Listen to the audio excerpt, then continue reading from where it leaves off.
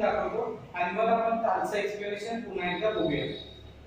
कारण practice set एक 1.3 तुम्हाला खूप इम्पॉर्टंट आहे, त्यामुळे प्रॅक्टिस सेट मी पहिला first write the following statement in if then form. Okay, आता बघा प्रश्न पहिला आणि दुसरा सेम आहे. बघा प्रश्न पहिला बघा, the opposite angle of a parallelogram are congruent. Opposite angle of a parallelogram are congruent. आता हे तुम्हाला if then मध्ये लिहायचं आहे. तर तुम्हाला कसं लिहायचं बघा, पुस्तकातच बघा तुम्ही व्यवस्थित, if opposite angle are congruent, if opposite angle are congruent, then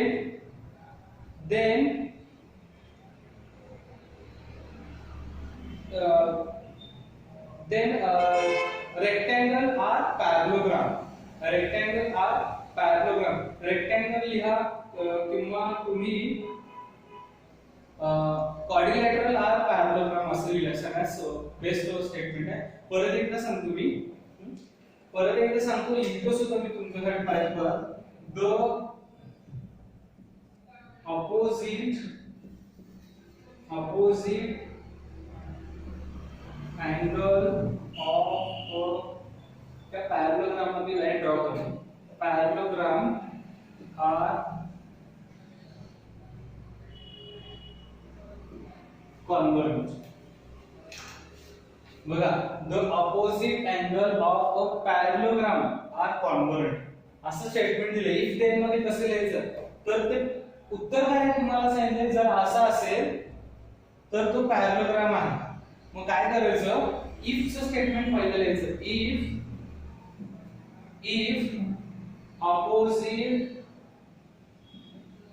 opposite angle are congruent,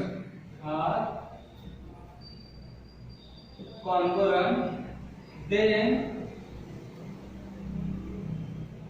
quadrilateral are parallelogram.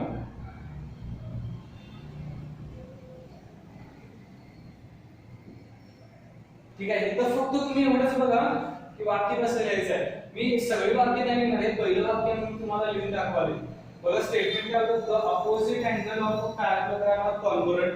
मग मी काय लिहिलं, the opposite पहिलं आहे sir, the opposite angle are, बघा opposite angle are congruent, ते congruent इथे दिले, are congruent, then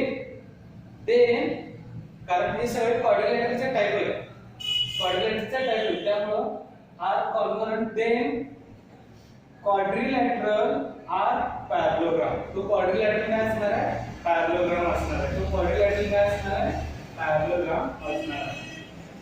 तुम्ही बघायचं आहे का, if then मध्ये लिहायचं आहे. मग काय करायचं असते, if then म्हणजे काय हे पण पहिला सांगतो. जर प्रश्न असतो पहिला आणि उत्तर शेवटी, प्रश्न पहिला उत्तर शेवटी म्हणजे if and then. म्हणजे बघा आता तुम्हाला काय सांगितलं, प्रश्न काय होता, the opposite angle of a parallelogram are congruent. तुम्ही स्टेटमेंट कसं लिहिणार आहात, if opposite angle are congruent. Condition लिहिली, ही कंडिशन झाली. तुम्हाला काय सांगितलं कंडिशन स्टेटमेंट म्हणजे काय, if opposite angle are congruent, मग उत्तर, then quadrilateral are parallelogram. quadrilateral are parallelogram. ठीक आहे. तर असं आता दुसरं बघा, जर डायगोनल ऑफ रेक्टेंगल, मला सांगा रेक्टेंगल पॅरलोग्राम हे कशाचे प्रकार आहेत, तर हे क्वाड्रिलॅटरलचे प्रकार आहेत. हे तुम्हाला पहिला हे समजलं पाहिजे. या आठवीला झाले क्वाड्रिलॅटरल टाइप, आपण 16-17 टाइप बघितलेले. ठीक आहे. The diagonal of a parallelogram are congruent, diagonal of a rectangle are, हे देखील स्टेटमेंट लिहून दाखवतो. तो स्टेटमेंट काय दिले, स्टेटमेंट काय दिले तुम्हाला की diagonal of rectangle are congruent, diagonal rectangle चे कॉन्ग्रुएंट आहे. मग तुम्ही काय लिहू शकता, if diagonal are congruent, बघा अनेकदा सांगतो डायगोनल आर कॉन्ग्रुएंट, मगाशी अँगल आर कॉन्ग्रुएंट, आता इथे काय लिहिलं तर diagonal are congruent then quadrilateral are rectangle. मगाशी काय होतं त्याच्यानंतरच बघ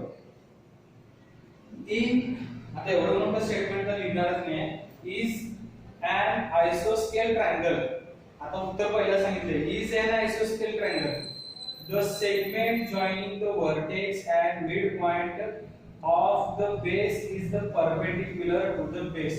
सगळ्यात सोपं सांगतो मी आता, if the segment if in a triangle असेल, if आता हे काय होते क्वाड्रिलॅटरलचे टाइप होते. पहिल्या प्रश्नामध्ये पहिलं जे होतं पॅरलोग्राम हा कशाचा टाइप आहे ते पहिलं कळायलाच पाहिजे. पॅरलोग्राम हा क्वाड्रिलॅटरलचा टाइप आहे, पॅरलोग्राम हा क्वाड्रिलॅटरलचा टाइप आहे. तसं रेक्टँगल हा कशाचा टाइप आहे, तो सुद्धा डायगोनल क्वाड्रिलॅटरलचा टाइप आहे. तसं आयसोस्केल ट्रायंगल कशाचा टाइप आहे, आयसोस्केल ट्रायंगल, इक्विलॅटरल ट्रायंगल हे ट्रायंगलचे टाइप आहे. मग असं लिहायचं if in the triangle the segment join the बाकीचं सेम लिहावे, सेम वाचावे. If the segment joining the vertex and midpoint of the base is perpendicular to the base, then it is a isosceles triangle. बघा परत एकदा सांगतो, if in triangle segment joining the vertex and midpoint of the base is perpendicular to the base, then triangle is a isosceles. पहिलं statement काय होतं, आता मी उत्तरच सांगतो बघा पहिल्याचे.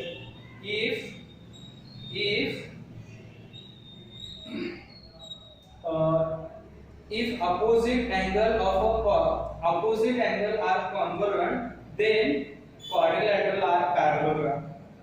दूसरं, if diagonal are congruent, then quadrilateral are rectangle. If in a triangle the segment joining the vertex and midpoint of the base is perpendicular to the base, then triangle is a isosceles. म्हणजे उत्तर शेवटला लिहायचे तुम्हाला. बघा पहिल्याचं उत्तर काय होतं, if opposite angle are congruent then quadrilateral are parallelogram. दुसऱ्याचं काय होतं, if diagonal are congruent then quadrilateral are rectangle. If in a triangle segment joining the vertex and midpoint of the base is perpendicular to the base, then triangle is a isosceles. बघा मी जवळजवळ 3-4 वेळा उत्तर सांगितलं. त्याच्यामध्ये question number 2 बघा, right the converse of the following statement. बघा काल मी तुम्हाला काय सांगितलं ते रिपीट करतो. पहिल्या काल तुम्हाला शिकवलं होतं कंडिशन स्टेटमेंट. मग आज आपण तुम्ही तिन्ही बघितलं ती कंडिशन आहे. पहिला the diagonal are rectangle are congruent हे स्टेटमेंट आहे. जर त्याला कंडिशन मध्ये घेतलं, इफ डायगोनल आर कॉन्ग्रुएंट ही कंडिशन झाली, देन स्टेटमेंट काय आलं, देन क्वाड्रिलॅटरल आर रेक्टँगल. हे झालं स्टेटमेंट, कंडिशन स्टेटमेंट. त्यालाच आपण थेरम म्हणतोय. आता एक लक्षात घ्या, थेरम म्हणजे काय, जगात कुठेही गेलात मला सांगा, त्रिकोणांच्या 3 कोणांच्या मापाची बेरीज 180. जगात कुठेही गेलात तरी 3 कोणांच्या मापाची बेरीज 180 समजेल. ती काय बदलणार नाही, बदलणार नाही. म्हणजे जे जगात मान्य असतं त्याला पॉस्ट्युलेट म्हटलं जातं. जगात मान्य असतं त्याला पॉस्ट्युलेट असं म्हटलं जातं. 5 नंबर तुमच्या 9 वर तुम्हाला पॉस्ट्युलेट दिलेला आहे. आणि जे जगात मान्य असतं त्याला पॉस्ट्युलेट म्हटलं जातं. ते प्रूफ केलं की त्याला थेरम म्हटलं जातं. म्हणजे त्रिकोणाच्या तिन्ही कोणांच्या मापाची बेरीज 180 अंश असते. The sum of the all angle of triangle is 180 degree. The sum of the triangle of angle is 180 degree. हे जेव्हा कुठेही गेला तरी सेम असणार, मग त्याला काय म्हणतात, पोस्टुलेटेड. हे झालं एक ग्रह म्हणजे आपण मांडलेली कल्पना झाली. ते प्रूफ, तुम्ही जर ते प्रूफ केला तर त्याला थेरम म्हणतात. ठीक आहे, तर हे झालं थेरम. मग थेरमच्या रिव्हर्स जे स्टेटमेंट असणार, उलट वाक्य, त्याला काय म्हटलं जाते, कॉन्व्हर्स. आता कॉन्व्हर्स पण तुम्ही आता शिकला, त्याचे 3 वाक्य लिहिलं ना, यालाच कॉन्व्हर्स म्हणायचं. हे आहे theorem. The diagonal of a rectangle are congruent. हा झाला थेरम आणि हा झाला converse. If diagonal are congruent, then quadrilateral are rectangle. हा काय झाला कॉन्व्हर्स. म्हणजे पहिले 3 वाक्य कॉन्व्हर्स, थेरम छापून दिली होती तुम्हाला आणि तुम्ही उत्तर म्हणून जे लिहिणार आहात ते कॉन्व्हर्स. आणि आता तुम्ही दुसरा प्रश्न पण कॉन्व्हर्सच आहे. म्हणजे पहिला प्रश्न पण तोच होता आणि दुसरा प्रश्न पण तोच आहे. त्यामुळे बघा सोपं. दुसऱ्या प्रश्नातल्या तिसऱ्या प्रश्नाचं उत्तर बघा आणि पहिल्या प्रश्नातल्या दुसऱ्याचं बघा. जर ऐकू आलं नसेल तर प्रश्न पहिल्यातल्या तुमच्या दुसऱ्याचं उत्तर आणि प्रश्न दुसऱ्यातल्या तिसऱ्याचं उत्तर हे सेम आहे बघा. The diagonal of rectangle are convert. The diagonal of a rectangle are convert. त्याचं लिहायचं कसं आहे तुम्हाला, if diagonal are convert, if diagonal are congruent, then quadrilateral are rectangle. तो काय असणार, quadrilateral rectangle असणार जर त्याचे diagonal congruent असतील. याला म्हणायचं काय, converse. The diagonal are congruent, then quadrilateral are rectangle. ठीक आहे, तर हे सेम उत्तर आहे बरं. आता दुसऱ्याचं पहिलं बघा. The alternate angle, दुसरा आणि तिसरा सेम आहे. The alternate angle formed by two parallel lines. Alternate angle. Alternate angle. मराठीमध्ये आपण विक्रम कोण म्हणतोय म्हणजे तुम्हाला लगेच लक्षात येईल.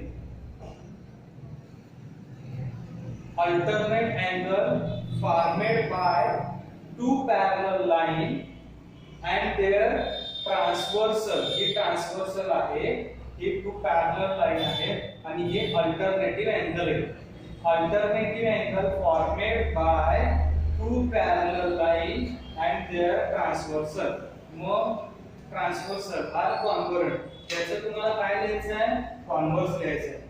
मग कॉन्व्हर्स कसं लिहिणार, पॅरलल लाईन शेवटला सांगायचं. If alternative angle formed by lines and their transversal, alternative angle formed by two lines and transversal, then two lines are parallel. म्हणजे काय, सोपं. त्या दोन ओळी समांतर आहेत. कशावरून समांतर आहेत, कशावरून समांतर आहेत ते कॉन्व्हर्स. मग कसं लिहायचं, if alternative angle formed by two lines म्हणायचं. आता इथे काय होतं, पॅरलल लाईन होतं, तिथे काढायचं पॅरलल लाईन, बाकी सगळं same. If alternative angle formed by two lines and their transversal, then two lines are parallel. परत एकदा बघा, the alternative angle formed by two lines and their transversal, then two lines are काय, parallel. Then two lines are parallel. If alternative angle are congruent, असं लिहायचं चालेल. congruent शब्द cancel व्हायला नको. If alternative congruent angle formed, if alternative congruent angle, बघा अनेकदा सांगतो, if alternative congruent angle formed by two lines and their transversal. If congruent alternative angle formed by two lines and their transversal, then two lines are parallel. if alternative angle congruent angle formed by two lines and their transversal, then two lines are parallel. बघा किती वेळा वाक्य सांगितले. आता त्याच्यानंतर दुसरं, if the pair of the interior angle made by, तुम्हाला पण कळलं असेल मगाशी फॉर्मॅट होता तर मेड होतो, by transversal of two lines are supplementary, then lines are parallel. आता काय म्हटलेलं कॉन्व्हर्ट, सेम तेच वाक्य रिपीट करायचं. इफ सप्लिमेंटरी, आता फक्त अँगल चेंज झाला, किती आलेला angle. If supplementary angle formed by two lines and their transversal, then two lines are parallel. बघा तेच दोन्ही पण आहे. बघा पहिलं काय होतं, परत एकदा सांगतो मी. पहिलं, if alternative angle are congruent formed by two lines and their transversal, then two lines are parallel. आता second, if supplementary angle are formed by two lines and their transversal, then two lines are parallel. तर इथं आपला या practice set जो आहे 1.3 complete झालाय.